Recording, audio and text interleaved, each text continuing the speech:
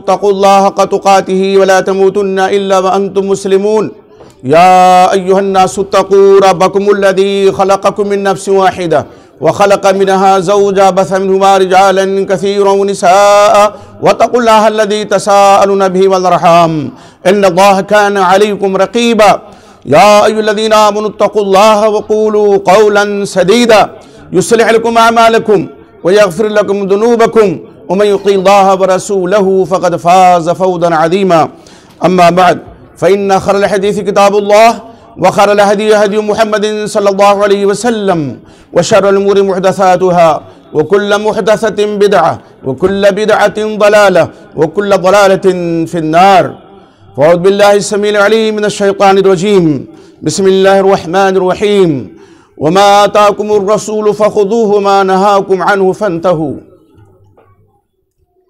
अल्लाह रब्बुल इज़्ज़त की तारीफ़ व तौसीफ़ और इमामुल अंबिया सय्यदुल अव्वलीन वल आखिरीन इमाम आदम मुहम्मदुर रसूलुल्लाह सल्लल्लाहु अलैहि वसल्लम पर बेशुमार दरूद व सलाम के बाद स्टेज पे तशरीफ़ फरमा ज़िले जमीयत के अमीर मोहतरम जनाब डॉक्टर शाहिद मुबीन नदवी साहब हफ़िज़हुल्लाह, ज़िले जमीयत के नादिम बिरादरे गिरामी क़द्र जनाब मोहम्मद नदीम सिद्दीकी साहब हफ़िज़हुल्लाह, इस बहुत ही मोतबर प्रोग्राम के नाज़िम और इस प्रोग्राम को बर्पा करने वाले हम सब के दिल की धड़कन बिरादर अज़ीज़ जनाब समीरुद्दीन मुग़ल साहब हफ़िज़हुल्लाह, मुअज़्ज़ज़ और मोहतरम सामिईन ख़वातीन इस्लाम, अभी हमने पहले सेशन में सिला रहमी के ताल्लुक़ से जनाब डॉक्टर साहब का बली ख़िताब समाअत किया। यकीन जानिए सिला रहमी किसी भी मुआशरे और समाज की खुशगवारी की बुनियाद है और सिला रहमी उसी वक्त आ सकती है जब हमारे दिल में हकीकी ईमान मौजूद हो और दिल तमाम क़ल्बी बीमारियों से, कीना, कपट, बुग़्द व हसद से पाक हो। ये हमने सुना। मैंने खुतबे मसनूना के बाद सूरे हश्र की एक छोटी सी आयत पढ़ने का शर्फ हासिल किया है, एक टुकड़ा उसका। यकीन जानिए इस आयत करीमा पे अगर हम गौर करें तो पूरा दीन इस आयत करीमा में आ गया है, पूरी शरीयत आ गई है, पूरा इस्लाम आ गया है।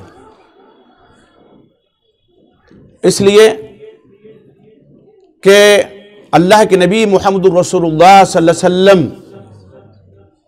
हमें वही अता करेंगे, वही देंगे जो अल्लाह रब्बुल इज़्ज़त ने आपको दिया है। आपको अल्लाह ताला ने नबीउर रसूल बना के मबूस किया, अल्लाह का पैगाम हम तक अल्लाह के नबी मुहम्मद रसूलुल्लाह सल्लल्लाहु अलैहि वसल्लम ने पहुँचाया और उस पैगाम के दो ज़राए, एक ज़रिया कुरान मजीद, अभी जिसके ताल्लुक़ से हम छोटी सी बच्ची से नज़्म सुन रहे थे, बड़ी प्यारी नज़्म थी, अल्लाह सेहत व आफ़ियत के साथ बच्ची को आलिमा फ़ादिला बनाए। कुरान ये वही मतलू है जिसकी तिलावत की जाती है, या वही जली है जो वाज़े वही है, जिब्रील अमीन के दरिया से अल्लाह के नबी मुहम्मद रसूलुल्लाह सल्लल्लाहु अलैहि वसल्लम तक अल्लाह रब्बुल इज़्ज़त ने अपना फरमान भेजा उनके ज़रिया से। दूसरी किस्म जो है वही की बुनियादी तौर पर वह है वही गैर मतलू या वही खफ़ी जिसको कहते हैं, और आम फ़हम ज़ुबान में हम जिसको हदीस रसूल कहते हैं। दोनों वही है। अब सूरह हश्र की इस आयत में अल्लाह ताला क्या फरमाते हैं, वमा आताकुमुर रसूल फ़ख़ुज़ूह, जो रसूल तुम्हें दें उसे ले लो, वमा नहाकुम अन्हु फ़न्तहू, और जिससे रसूल सल्लल्लाहु अलैहि वसल्लम तुम्हें मना करें उससे रुक जाओ, बाज आ जाओ। तो ये कुरान और हदीस सुन्नत रसूल दोनों है इसमें दाखिल। और मैं नहीं कहता, कुरान मजीद की एक बहुत ही मोतबर तफसीर अरबी ज़ुबान में अदवाउल बयान है, अल्लामा मोहम्मद अमीन शिरकीती रहमहुल्लाह की तफसीर है, बड़ी मोतबर, हवालों के साथ, हवालों से मुज़य्यन हदीस के। वो फरमाती कि इन्न सुन्नत कुल्लहा, पूरी की पूरी सुन्नत तदखुलु फी हादिहिल आयतिल करीमति मिन्हु, कुरान मजीद की इस आयत करीमा में पूरी हदीस आ गई, पूरी सुन्नत आ गई, सब शामिल है, दाखिल है। आइए जरा इसको जरा तफसीर से समझते हैं। सही बुखारी और सही मुस्लिम की रिवायत है, हजरत अब्दुल्ला इब्न मसऊद रज़ियल्लाहु ताला अन्हु ने फरमाया, लअनल्लाहुल वाशिमात वल मुस्तौशिमात वल मुतनम्मिसात वल मुतलफ़्फ़िजात लिल हुस्न अल मुग़य्यरात खल्क़ल्लाह, अल्लाह की लानत हो गोदना गोदने वालियों पर, गोदना गोदवाने वालियों औरतों पर, यानी जो टेटू आज की जुबान में कहते हैं, औरतें बहुत शौक रखती हैं उसका, सुने गौर से। फरमाया अल्लाह की लानत हो गोदना गोदने वाली पे, गुदवाने वाली पे, भौं के बाल उखाड़ने वाली पे, और दांतों के दरमियान फराग खाली करने वाली, यानी फराग रखने वाली पे, दांतों के दरमियान जो शिगाफ कर लेती हैं बाद औरतें की, दांत अलग अलग नजर आए तो खूबसूरती दोबाला हो जाएगी। अल मुग़य्यरात खल्क़ल्लाह, अल्लाह की तख्लीक को जो बदलने वालियां हैं उन पर अल्लाह की लानत हो। जब ये खबर बनु असद की खातून उम्मे याकूब तक पहुंची तो वो आई हज़रत अब्दुल्लाह मसूद की खिदमत में, कहा ये मैं क्या सुन रही हूं, आपने ऐसी ऐसी औरतों पे लानत भेजी है, आप कहते हैं ये औरतें मलऊना हैं, इन पर लानत हो अल्लाह की। तो हज़रत अब्दुल्लाह बिन मसऊद, देखिए अल्लाह के नबी मुहम्मद रसूलुल्लाह सल्लल्लाहु अलैहि वसल्लम की तरबियत याफ्ता सहाबे किराम शरीयत के मिजाज को किस तरह समझते थे। फरमाया मैं ऐसी औरतों पर लानत क्यों ना भेजूं जिन पर अल्लाह के रसूल सल्लल्लाहु अलैहि वसल्लम ने लानत भेजी, जिन पर अल्लाह ने अपने कुरान में लानत भेजी। उम्मे याकूब कहती हैं कि मैंने तो पूरा कुरान पढ़ा है, पूरा कुरान, मैंने तो कहीं नहीं पाया कि अल्लाह ने ऐसी ऐसी औरतों पे लानत भेजी हो। फरमाया अमा क़रअती, क्या तुमने ये नहीं पढ़ा अल्लाह ताला का कौल, वमा आताकुमुर रसूल फखुदू वमा नहाकुम अन्हु फंतहू, कहां ये पढ़ा है? तो कहा अल्लाह के नबी मुहम्मद रसूलुल्लाह सल्लल्लाहु अलैहि वसल्लम ने ऐसी औरतों पे लानत भेजी है। उम्मे याकूब कहती है लेकिन आपकी बेगम तो ये अमल करती है। कहा जाकर के देखो, अगर मेरी बीवी अमल करती होगी मैं उसके करीब तक नहीं जाऊंगा। जब गई तो देखा, जाहिर है अब्दुल्लाह इब्न मसऊद मुत्तबे रसूल, सहाबी किराम, जल्ल क़द्र सहाबी रसूल, मुफ्ती मदीना रज़ियल्लाहु अन्हु के घर की औरत खातून, उनकी बीवी थी, वो इन तमाम खुराफात में कैसे गिरफ्तार हो सकती हैं? उम्मे याकूब ने कहीं सुना होगा, जब जाकर के देखा अपनी आंखों से तो कहा नहीं वो तो ऐसा नहीं करती। वाकई आप देखें इस हदीस में, सही बुखारी मुस्लिम की इस रिवायत में कई बातें आ गई। एक तो ये कि अल्लाह के नबी मुहम्मद रसूलुल्लाह सल्लल्लाहु अलैहि वसल्लम का फरमान भी वही इलाही है, और सूरह नज्म में तो अल्लाह ने फरमा दिया वमा यंतिक़ु अनिल हवा इन हुआ इल्ला वहयुहा, अल्लाह के नबी मुहम्मद रसूलुल्लाह सल्लल्लाहु अलैहि वसल्लम अपनी ख्वाहिश से, अपनी तरफ से कुछ नहीं कहते, जो कुछ आप फरमाते हो अल्लाह की तरफ से वही होती है। वो हदीस याद कीजिए, एक सहाबी रसूल ने अल्लाह के नबी मुहम्मद रसूलुल्लाह सल्लल्लाहु अलैहि वसल्लम के अखलाक के बारे में अम्मा आयशा सिद्दीक़ा रज़ियल्लाहु ताला अन्हा से सवाल किया, आपका अखलाक कैसा था? पूछा अम्मा ने, कुरान नहीं पढ़ा? काना खुल्कुहुल कुरान, आपका अखलाक तो कुरान ही था। यानी आप सल्लल्लाहु अलैहि वसल्लम के अखलाक हमीदा कुरान का परतो थे, कुरान की चलती फिरती आप सल्लल्लाहु अलैहि वसल्लम तस्वीर थे। और हदीस किसे कहते हैं? हदीस की तारीफ है आपके अक़वाल, आपके अफ़आल, जो अमाल आपने किए, तकारीर जो सहाबे किराम ने आपके सामने कोई अमल किया, आपने नकीर नहीं फरमाई, इनकार नहीं किया, उस अमल को साबित रखा। इसी तरह से आपकी आदात खल्किया और आपकी आदात खुल्किया, ये सब हदीस और सुन्नत की तारीफ में दाखिल है। तो पूरा कुरान आ गया। अब जरा देखें, एक तो ये मसला इस हदीस से निकला, दूसरे क्या, खवातीन मौजूद हैं, होश गोश से सुने, होश की नजर से इस हदीस को देखें भी और होश के कान से सुने भी कि शरीयत में ऐसी खवातीन पे लानत भेजी गई है। और लानत किसे कहते हैं? अत्तर्द मिन रहमतिल्लाह, अल्लाह की रहमत से दूरी को लानत कहते हैं। उससे बदनसीब औरत कौन हो सकती है जो अल्लाह की रहमत से दूर हो जाए और जिसको शरीयत ने मलऊना करार दिया हो। तो ये टेटू बनाना, टेटू बनवाना, खूबसूरती के लिए भौं के बाल बारीक करना, शिगाफ करना दांतों में, ये अल्लाह की तख्लीक को बदलना है। गोया कि अल्लाह से मुकाबला आराई है कि अल्लाह ने जो तस्वीर बनाई, अल्लाह ने जिस तरह तख्लीक फरमाई, हम उस पर राजी नहीं है, हम ये करेंगे और वो करेंगे। कब तक करेंगी? जवानी अगर है, एक दिन उसको ढल जाना है। ये एटू, ये टेटू, ये पेटू किसी काम नहीं आएंगे कल क़यामत के दिन। और ऐसी औरतें अल्लाह की रहमत से दूर होंगी। वो औरतें जो बेपर्दा घूमती हैं, वो औरतें जो शौहर की इताअत और फरमाबरदारी नहीं करती हैं, वो औरतें, शौहर कहता है कि खुलेआम न फिरा करो, पेटू न बनवाओ, भले मेरा ही नाम गुदवा के आई हो, ये हराम है, लानती अमल है। और औरत महज फैशन के नाम पे हदीस रसूल को अहमियत ना देते हुए अमल करती है, तो ऐसी खातून क्या है? मलऊना है। हदीस की अदमत, हदीस की फजीलत, हदीस की अहमियत और हदीस की हैसियत, इन तमाम चीजों का समझना एक मर्द के लिए भी और एक औरत के लिए भी जरूरी है। आज हम जो कुछ देख रहे हैं अपने मुआशरे समाज में, आज चूंकि सोशल मीडिया का दौर है तो जल्दी सारी चीजें नजर आ जाती हैं। हदीस रसूल सल्लल्लाहु अलैहि वसल्लम के ताल्लुक से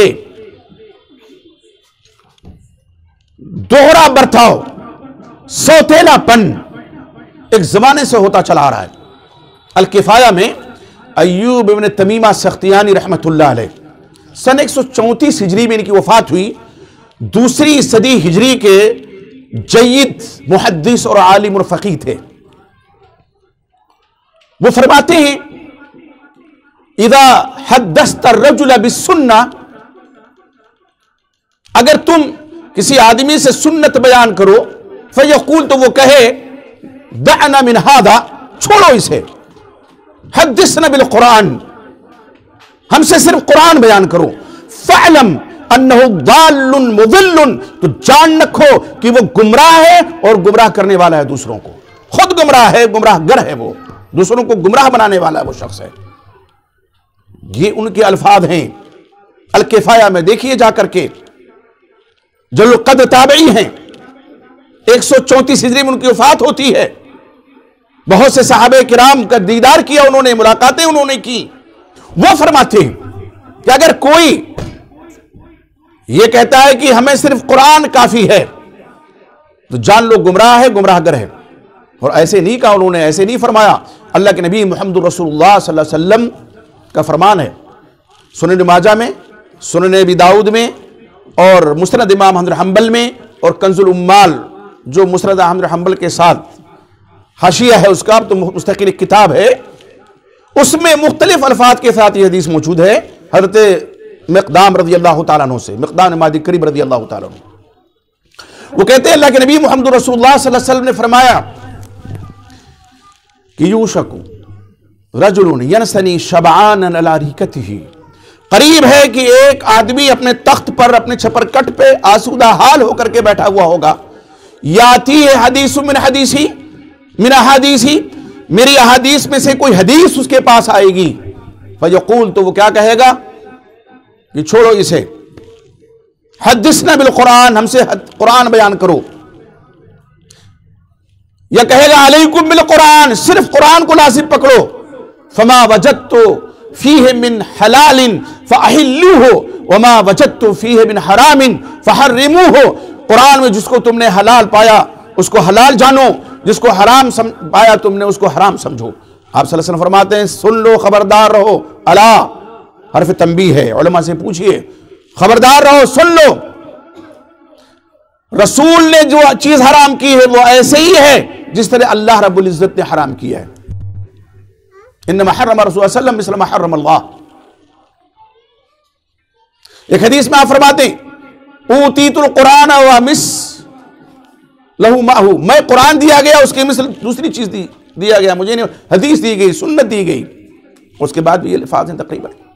तो आप जरा देखें कि आप सल्लल्लाहु अलैहि वसल्लम में पेशीन गोई खुद फरमा दी थी कि एक जमाना आएगा लोग कहेंगे हमें सिर्फ कुरान काफी है, हदीस से न शगफ रखेंगे, ना हदीस को पढ़ेंगे, ना पढ़ाएंगे, ना सुनेंगे, ना सुनाएंगे, बल्कि हदीस में मेनमेख निकालेंगे, उसकी तावीलात करेंगे। जायजाती तौर पर जरा हम देखें इसको, हदीस के साथ उम्मत का बर्ताव कैसा रहा है। दौरे सहाबा में किसी सहाबी रसूल से आप ये नहीं पा सकते हैं कि उनके सामने कोई हदीस बयान की गई हो, वो अपने कौल या अपने अमल को उन्होंने फौकियत दी हो। सिद्दीक़ अकबर हो, उमर फारूक हो, उस्मान गनी हो, अली मुर्तदा हो, अब्दुर्रहमान इब्न औफ हो, तलहा हो, जुबैर हो, साद हो, सईद हो, अशरे मुबशरा हो, खुलफाए राशिदीन हो, तमाम सहाबे किराम हो, किसी एक अदना सहाबी से कोई सबूत नहीं फराम कर सकता है कि उसने कोई हुक्म बयान किया हो किसी सहाबी ने और किसी दूसरे सहाबी ने हदीस रसूल बयान कर दी हो और वो अपने फैसले पर कायम रहे हो, फौरन वापस लिया। बड़ा आपने सुना होगा सिद्दीक़ अकबर के फैसले को, उमर फारूक के फैसले को, उस तरफ मैं नहीं जाना चाहता। किस तरह अपना नाफिज करदा फैसला फौरन वापस ले लिया जब हज़रत मोहम्मद सलमान मुग़ीरा बिन शुअबा ने हदीस रसूल बयान की, किस तरह से फौरन वापस लिया, देर नहीं लगाई। ये मिजाज सहाबे किराम का कहां से बना था? नबी अकरम मोहम्मद रसूलुल्लाह सल्लल्लाहु अलैहि वसल्लम की दरसगाह से। दरसगाह की जब बिसात, दरसगाह नबूवत की बिसात, जिसको हम मदारिस दीनिया या मदारिस इस्लामिया कहते हैं, जब सिमटने लगी तो फिर हदीस के साथ सोतेला बर्ताव होने लगा। मदरसा चार दीवारी का समझिए आप, मदरसा एक फिक्र का नाम है, एक तर्ज फिक्र है। ये मदरसे से मेरी मुराद है, ये स्कूल कह लीजिए, उसे एक फिक्र है। वो कुरान के साथ जाहिर है न कोई हिम्मत उसको जुटा पाया और किया तो फौरन पकड़े गए। हदीस रसूल को मशक़ सितम बनाया गया और उसके लिए क्या किया गया? कुछ लोग पैदा हुए। अब देखिए दूसरी सदी हिजरी का वाकया मैंने बयान किया, उनका कौल हज़रत अय्यूब इब्न तैमिया अस्सख्तियानी रहमतुल्लाह अलैह का इनकार हदीस, मुकम्मल तौर पे तमाम हदीस का इनकार। अब जब मुकम्मल तौर पे तमाम हदीस का इनकार किया जाने लगेगा तो शरीयत पे अमल मुकम्मल हो सकता है? नहीं, कोई सवाल ही नहीं है। इसलिए कि इस्लाम के दो मस्तर हैं या माखज हैं जहां से इस्लाम लिया गया या निकला। एक मस्तर है कुरान और दूसरा मस्तर है हदीस रसूल, और दोनों की हैसियत तो आम की है, जुड़वा है दोनों। ऐसा नहीं हो सकता है कि एक शख्स कुरान पर अमल का दावा करता हो और वो मुकम्मल शरीयत पे अमल करने जाए, नहीं हो सकता जब तक हदीस को ना माने, हदीस पर अमल ना करे। नमाज 5 वक्ता हम पढ़ते हैं, 5 वक्त की नमाज का जिक्र कहां है? हदीस रसूल में है। 5 वक्त, जोहर के रकात, असर के रकात, मगरिब के रकात, इशा के रकात, फजर के रकात कहां है? हदीस रसूल में है। आपने नमाज पढ़ी, फरमाया सल्लू कमा रअयतुमूनी उसल्ली, तुम उस तरह नमाज पढ़ो जिस तरह तुमने मुझे नमाज पढ़ते हुए देखा है। आपने हज किया, फरमाया खुदू अन्नी मनासिककुम, मुझसे मनासिक हज ले लो। हज का हुक्म है कुरान में, तफसील नहीं है। ज़कात का हुक्म है कुरान में, तफसील नहीं है। कहां है? हदीस रसूल में है। अच्छा, हदीस का इनकार अगर कोई करता है मुकम्मल तौर पर तो वो कुरान का भी मुनकर हो जाता है।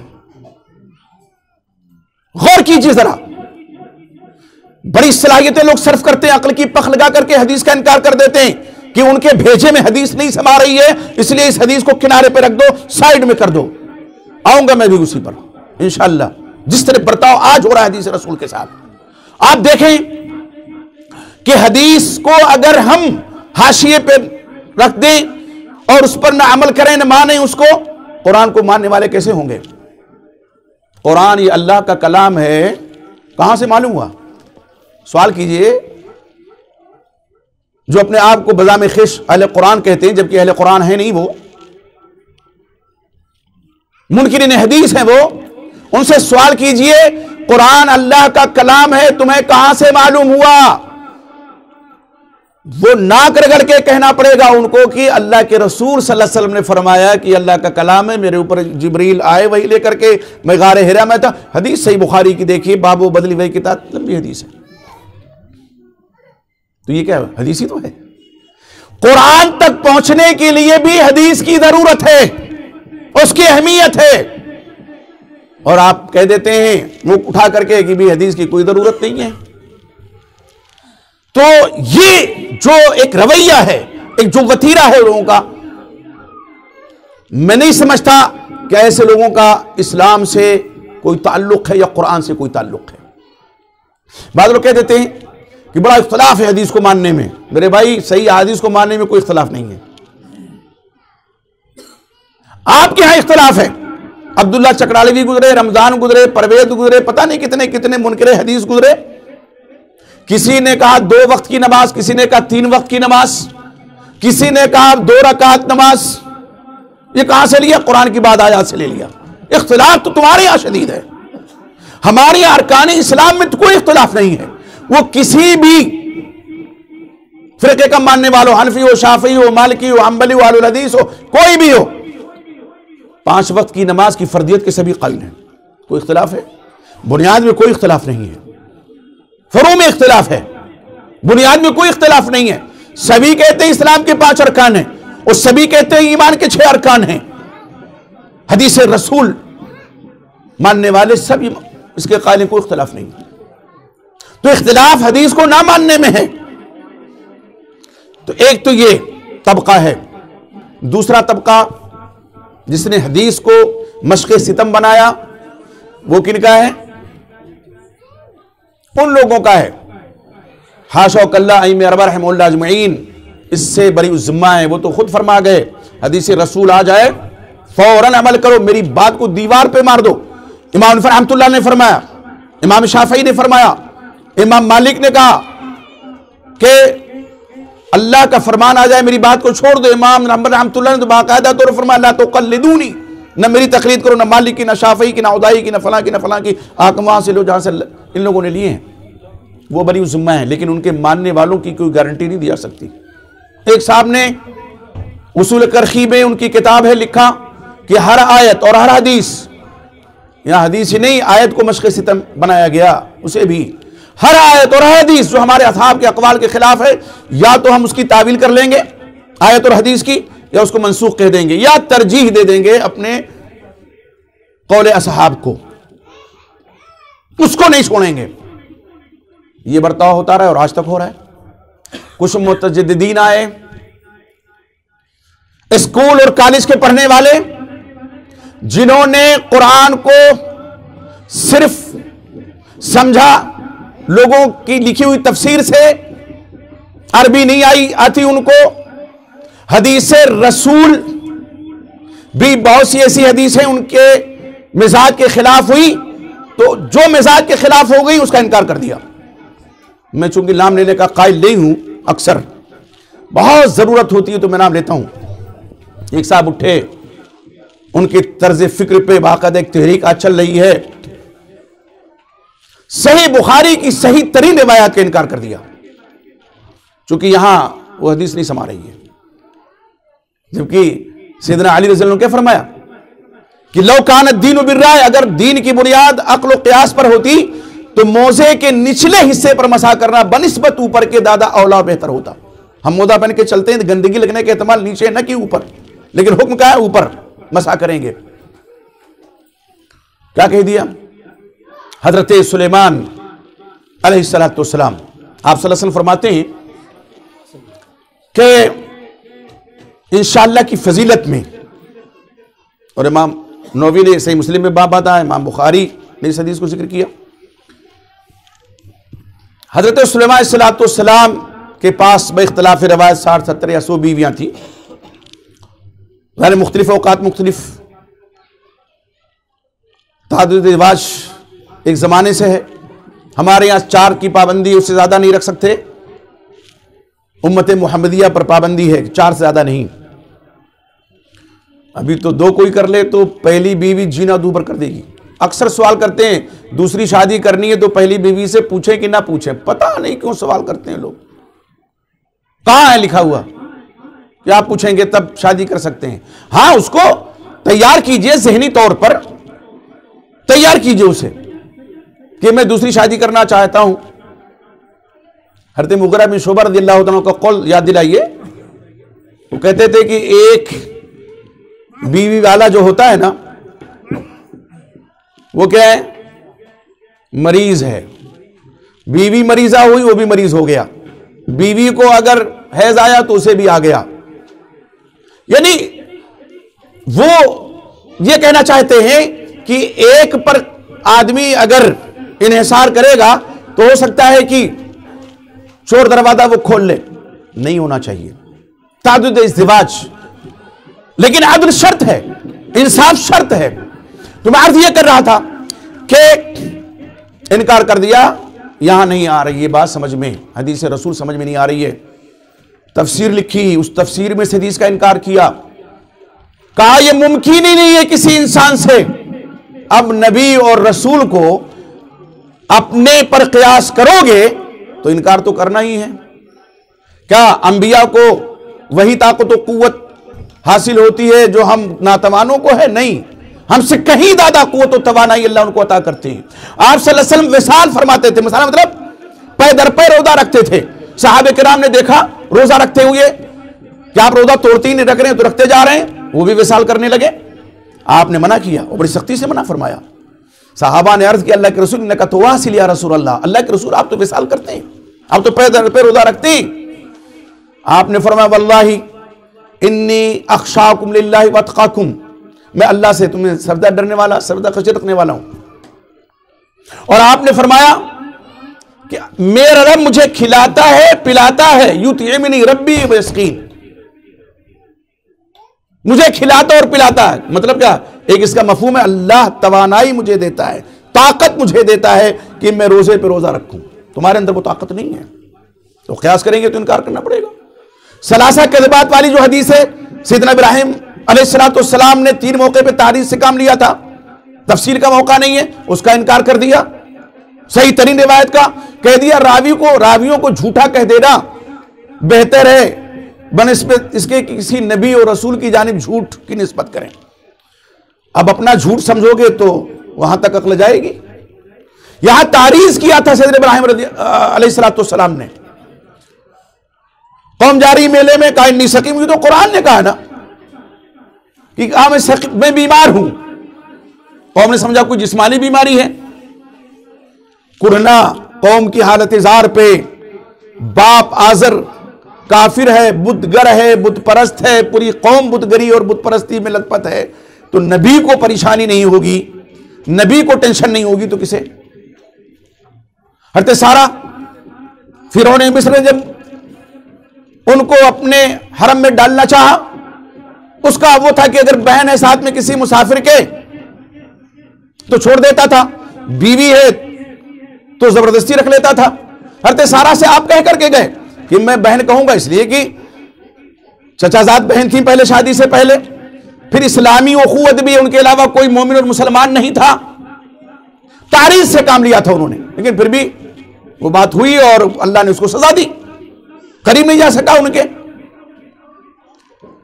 उसी इन्नी सकीम के बाद जो है तोड़ फोड़ दिया, सब जानते हैं,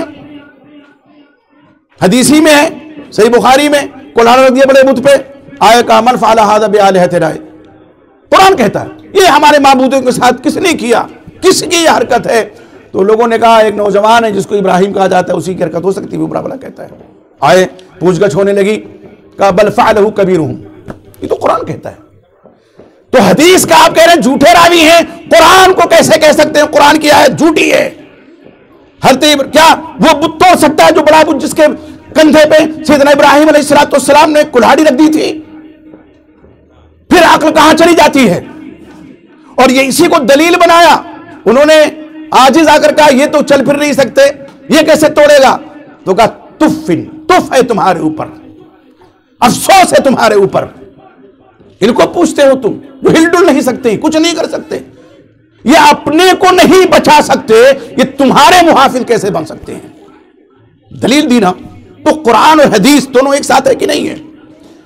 इन्हीं आयात की तशरीह अल्लाह के नबी मोहम्मद रसूलुल्लाह सल्लल्लाहु अलैहि वसल्लम ने हदीस रसूल में फरमाई। अब आप इनकार कर बैठे, इसलिए कि जाहिर सी बात है आप मुतजद्दिद हैं। लेकिन जब अक्ल की पख लगाने की बारी आई, लिखा है अल्लाह रहमतों की बरखा नाजिल फरमाए हम सब के मुहतरम मुअक्कर मुमताज आलिम दीन अल्लामा मोहम्मद इस्माइल गोजरावाला रहमहुल्लाह पर, सलफी रहमहुल्लाह पर, उन्होंने लिखा हुज्जत हदीस में कि नहीं हजरत ने वक्ती मुतआ को जायज करार देने के लिए अपनी अक्ल की पख लगाई। जी जी जनाब, बिल्कुल सही बात है, लिखा उन्होंने। आप पढ़िए किताब उनकी, रसाइल मसाइल उठा लीजिए और किताब में कहा मुतआ वैसे तो हराम है। अच्छा सब जानते हैं, ग़ज़वे खैबर के साथ 7 हिजरी में आपने हमेशा के लिए हराम कर दिया। मुतआ किसे कहते हैं? वक्ती तौर पे शादी करना, कुछ दे ले करके 10 दिन 15 दिन 1 महीना 2 महीना की फिर तलाक दे देंगे, हराम है ये।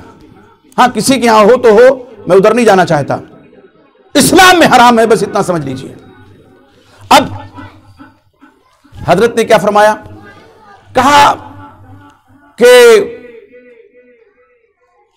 सपोज करो, यानी ख्याल करो कि अगर समंदर में कोई जहाज हो, पानी का कश्ती हो बड़ी सी, यानी कभी ऐसी सूरत हाल पेश आ जाए, अगर, और अगर मगर क्या है बताने की जरूरत नहीं है। तो अगर और मगर से एक मसला निकाल लिया। कहा अगर कोई कश्ती समंदर में है और भंवर में फंस गई, तख्ते अलग हो गए, अब एक तख्ते पे एक अजनबी मर्द बैठ गया, एक अजनबी औरत, कश्ती तो टूट गई, जहाज तो टूट गया। अब जाहिर है लोग अपनी जान बचाते हैं, तो क्या ये ख्याल करो कि अपनी जान बचाने के लिए, यानी सब तसव्वुराती दुनिया है, हकीकत से उसका कोई ताल्लुक नहीं है, रियल में कुछ हो नहीं सकता ऐसा कभी इंशाअल्लाह। तो क्या कहा? अब एक अजनबी मर्द और एक अजनबी औरत, सपोज कीजिए अगर है तो जो नतीजा निकाला क्या वो ऐसा हो सकता है? नहीं।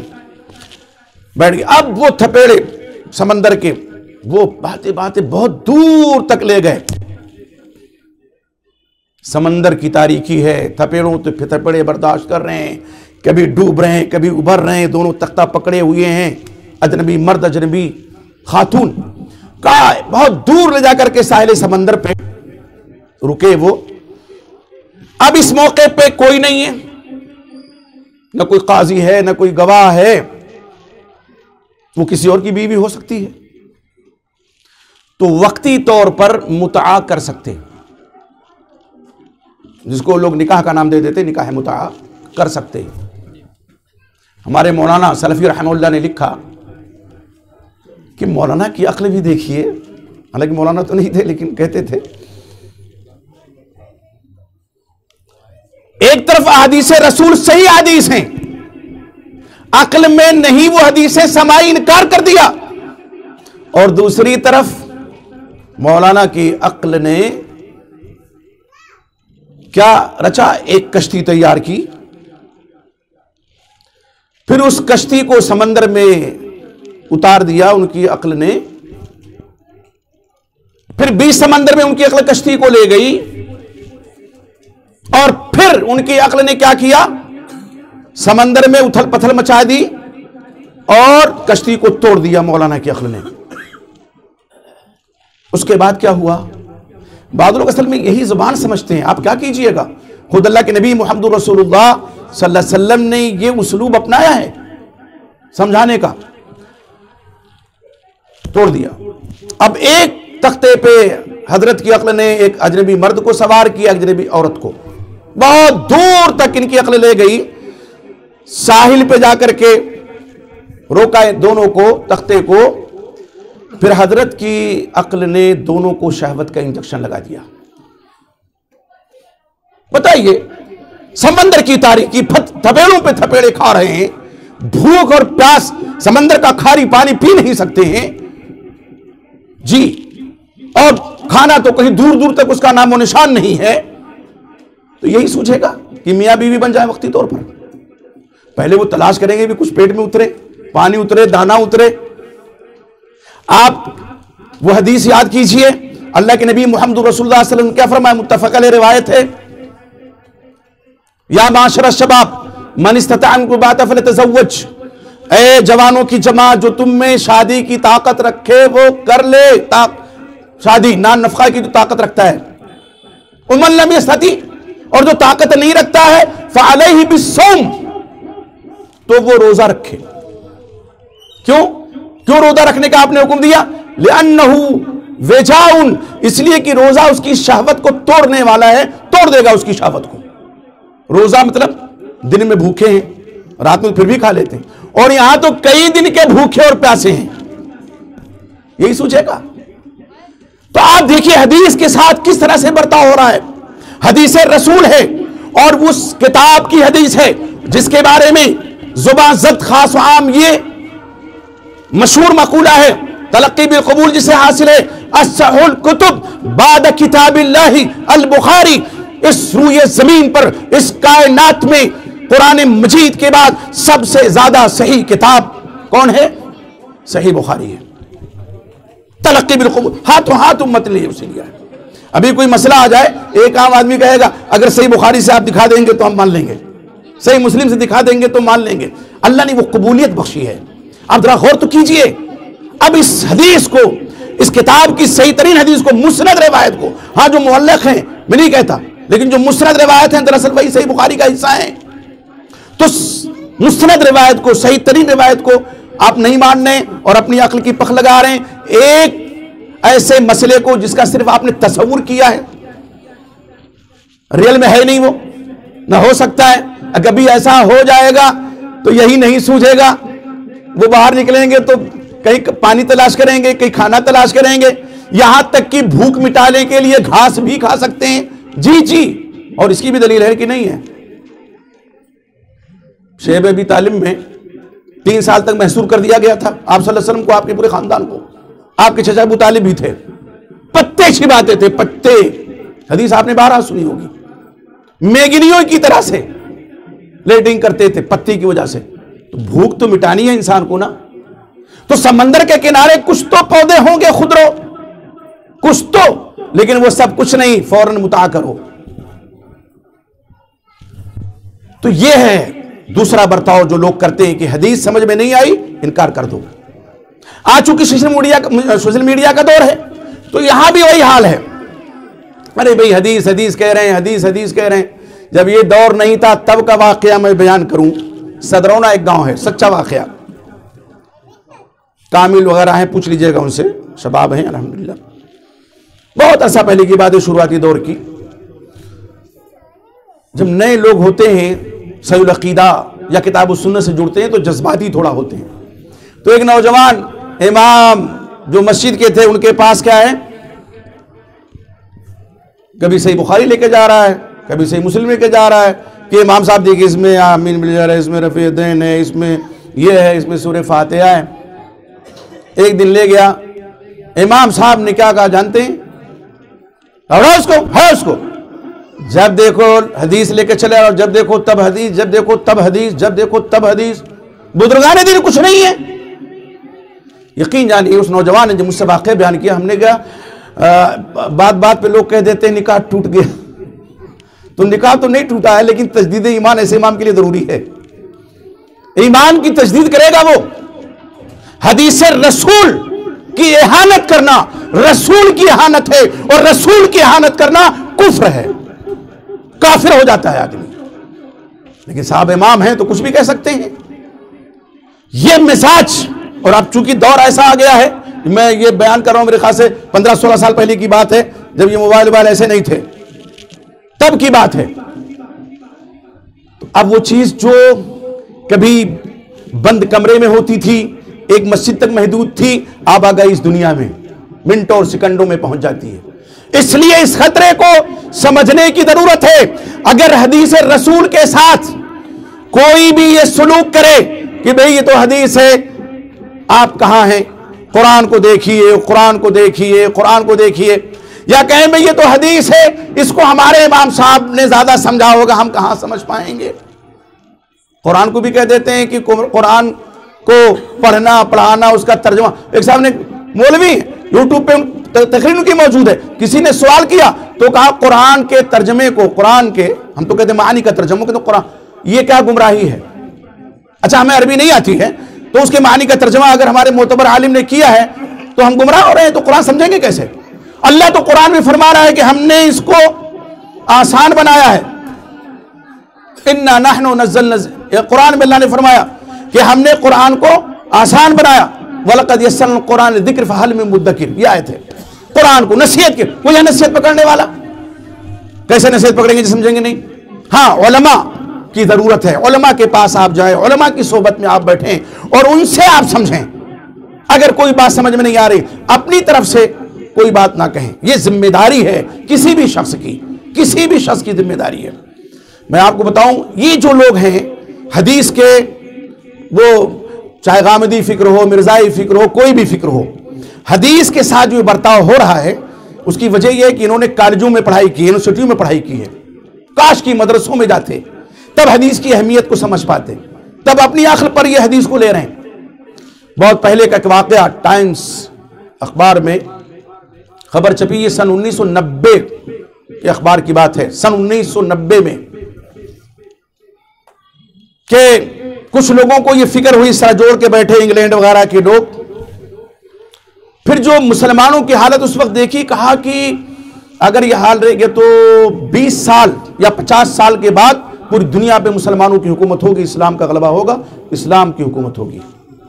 बड़ा परेशान, इधर जा रहे हैं उधर जा रहे हैं, जब समझ होगा क्या, पेशबंदी की जाए। जो लोगों ने भविष्यवाणियां की हैं, पेशिन गोइयां की हैं कि 20 साल के बाद 50 साल के बाद पूरी दुनिया में मुसलमानों की हुकूमत होगी, तो इसको खत्म कैसे किया जाए। वो जो है जाते जाते रोम के एक पोप के पास पहुंचे, पोप जानपाल, पादरी जानपाल नाम था उसका।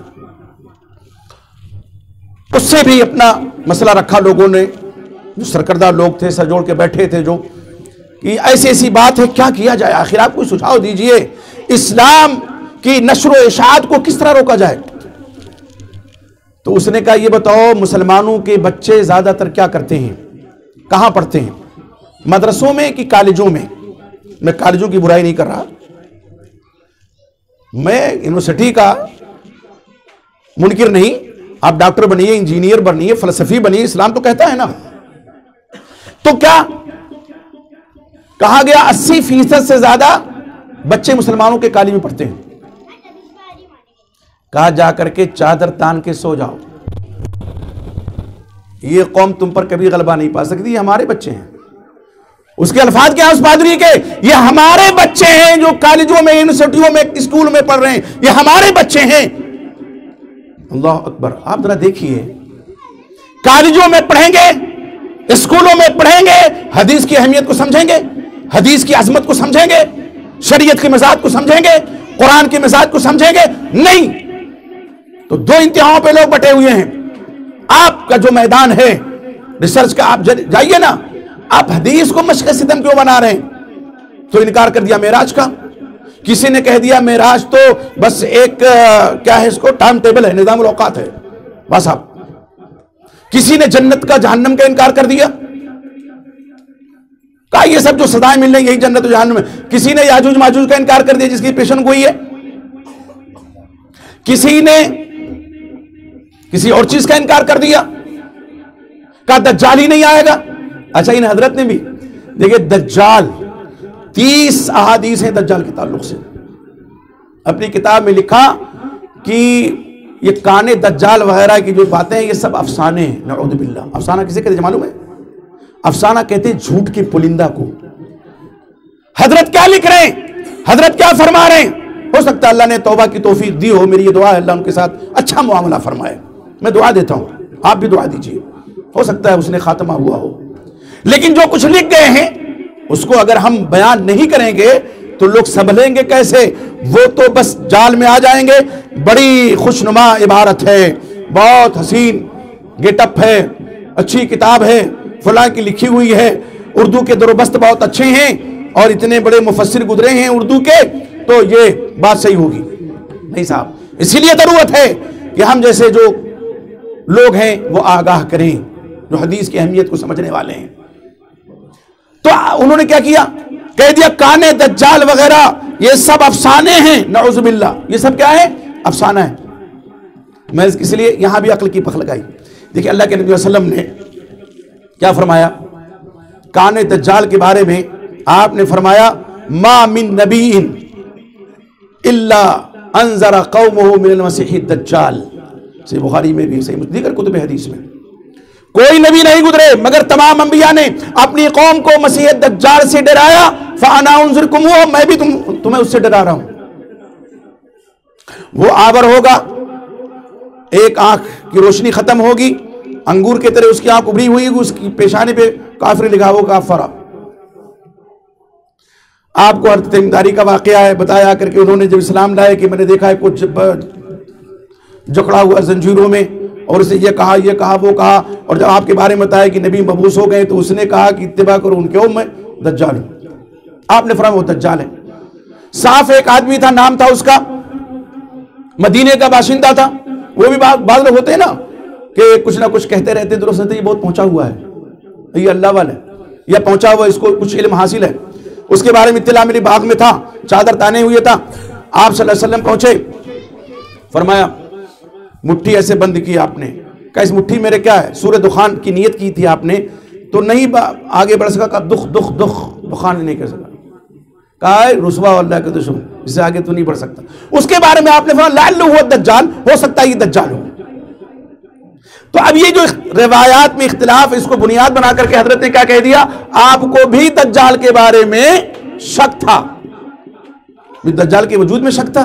नहीं, इसमें शक था कि कौन दज्जाल है, ये दज्जाल है कि ये दज्जाल है कि ये दज्जाल है। तो इसकी वजह से दज्जाल का इनकार कर देंगे आप? नहीं ना। तो ये सब बहाने हैं हदीस को सबूताज करने के, उसको मलियामेट करने के, उसको मिटाने के। तो ऐसे लोगों के दामे मकरो फरेब में नहीं आना चाहिए। हदीस की अजमत को जब तक नहीं समझेंगे, हदीस की तशरीही हैसियत को जब तक आप नहीं पहचानेंगे, मुकम्मल शरीयत पे अमल नहीं कर सकते हैं। आप देखें सूरह नहल में अल्लाह रब्बुल इज्जत ने क्या फरमाया, व अंज़लना इलैका ज़िक्रा लितुबय्यिना लिन्नासि मा नुज़्ज़िला इलैहिम। मैंने जिक्र को, कुरान को इसलिए आपकी जानिब नाज़िल किया कि जो कुछ के लिए नाज़िल किया गया है उसकी वजाहत आप कर दें।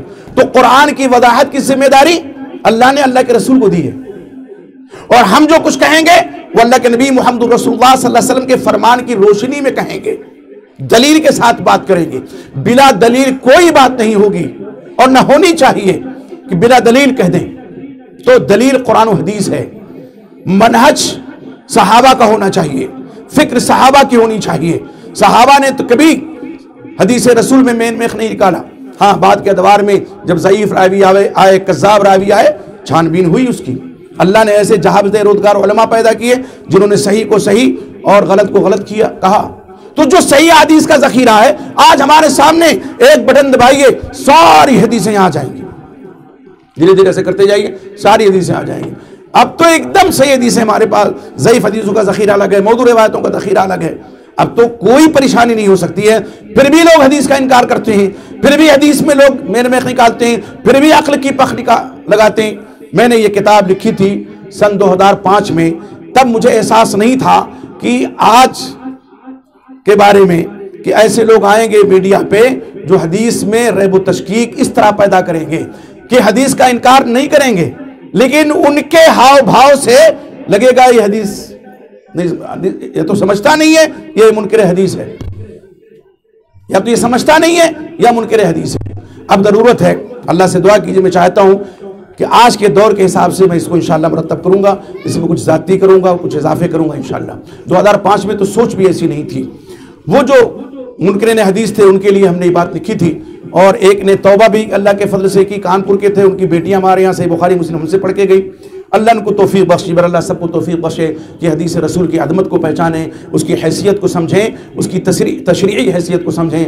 वो शरअ है, वो अल्लाह के नबी मुहम्मद रसूलुल्लाह सल्लल्लाहु अलैहि वसल्लम की हदीस मुबारका हैं, आपके सुनन हैं और अल्लाह रब्बुल इज़्ज़त की जानिब से वही करदा सारी चीज़ें हैं। अल्लाह से दुआ है कि अल्लाह ताला हमें पूरी शरीयत पर अमल पैरा होने की तौफीक अता फरमाए। हमारे वो भाई जो गुमगश्ता राह हैं, अल्लाह उनको राह हिदायत नसीब फरमाए।